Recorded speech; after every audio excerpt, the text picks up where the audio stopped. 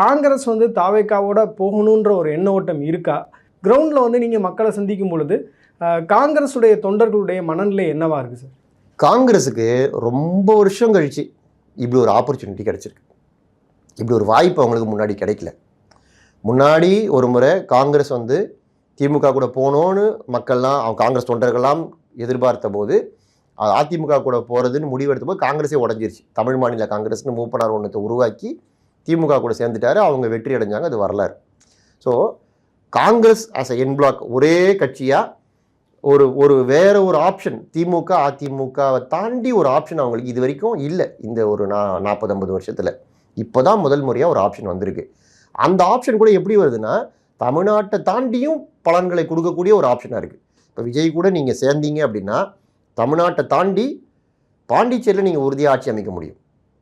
டிவிக்கே காங்கிரஸ் கூட்டணி, காங்கிரஸ் பாண்டிச்சேரியில் ஆட்சியில் இருந்திருக்கு. இப்போ வரைக்கும் அது ஆக்டிவான பார்ட்டியாக இருக்குது. தமிழ்நாடு மாதிரி இல்லை. டிவிக்கே காங்கிரஸ் கூட்டணி அப்படின்னா உறுதியாக பாண்டிச்சேரியில் அவங்க ஆட்சி அமைச்சிருவாங்க. ஒன்று. கேரளாவில் கம்யூனிஸ்டுகளுடைய தாக்கம் குறைஞ்சிக்கிட்டே வருது. இப்போ டிவிக்கே விஜய்க்கு கேரளாலையும் ஃபேன்ஸ் இருக்காங்க. தொகுதிக்கு குறைஞ்சது 5000 ஓட்டு இருக்குன்னு சொல்கிறாங்க. அப்போ அங்கே காங்கிரஸ் மறுபடியும் அந்த இழந்த இடத்த பிடிக்கிறதுக்கு ஒரு அடுத்த கட்டத்துக்கு நகர்றதுக்கு விஜய் சப்போர்ட்டாக இருப்பார்.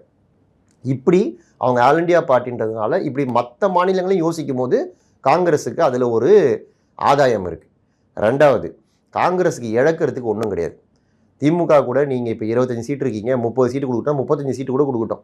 இவ்வளவு சண்டைகளுக்கு பிறகு நீங்கள் போனீங்கன்னா திமுக உள்ளடி வேலை பார்த்து உங்களை தோக்கடிக்குமா, இல்லை உண்மையாகவே தோல் கொடுத்து உங்களை ஜெயிக்க வைப்பாங்களான்றது $1,000,000 கேள்வி. ரெண்டாவது, அதை விட முக்கியமானது, உங்களுக்கு கொடுக்க போகிற அந்த தொகுதி எல்லாமே நீங்கள் ஏற்கனவே ஜெயிச்ச தொகுதியை கொடுப்பாங்களா, இல்லை வேறு ஏதாவது தொகுதியை உங்கள் தலையில் கட்டி விட்ருவாங்களான்றது ரெண்டாவது.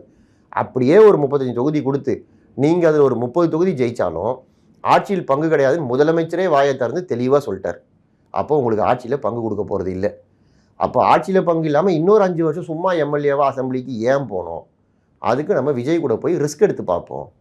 நம்ம ஒரு 4-5 எம்எல்ஏ கிடைச்சா கூட அவர் ஆட்சியில் பங்கு தரேன்னு சொல்கிறாரு. நம்ம 4-5 எம்எல்ஏ கிடைச்சா கூட 1-2 அமைச்சர் கொடுப்பாங்க. நம்ம தமிழ்நாடு அசம்பிளிக்குள்ளே அமைச்சராக ரொம்ப வருஷம் கழித்து அமைச்சராக போகலாம். ஒருவேளை 0 எதுவுமே ஜெயிக்கல அப்படின்னாலும் யார் ஆட்சி அமைச்சாலும் உள்ளாட்சி தேர்தல் நடக்க போகுது. 1,00,000 பதவிகளுக்கு மேலே உள்ளாட்சி அமைப்புகளில் பதவிகள் காலியாக போகுது. அங்கெல்லாம் நம்ம தொண்டர்களை நிற்க வைப்போம். தமிழ்நாடு முழுக்க காங்கிரஸ் தொண்டர்களுக்கு ஒரு 20% கொடுங்கன்னு வாங்கிக்கிட்டு நீங்கள் தமிழ்நாடு முழுக்க நிற்க வச்சிங்கன்னா அப்போ யோசிச்சு பாருங்கள். காங்கிரஸ்லாம் இருந்தவங்களாம் போயிட்டாங்க.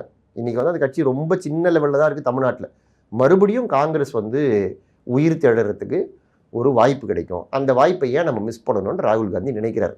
ஒரு கட்சி தலைவராக கட்சியை ரீவேம் பண்ணுறதுக்கு ஒரு வாய்ப்பு கிடைக்கும் போது அதை சீரியஸாக எக்ஸ்ப்ளோர் பண்ணுறது தப்பு இல்லை. அதை எக்ஸ்ப்ளோர் பண்ணுறதுனால தான் இந்த நிமிஷம் வரைக்கும் அவங்களால திட்டவட்டமாக எதுவும் சொல்ல முடியல.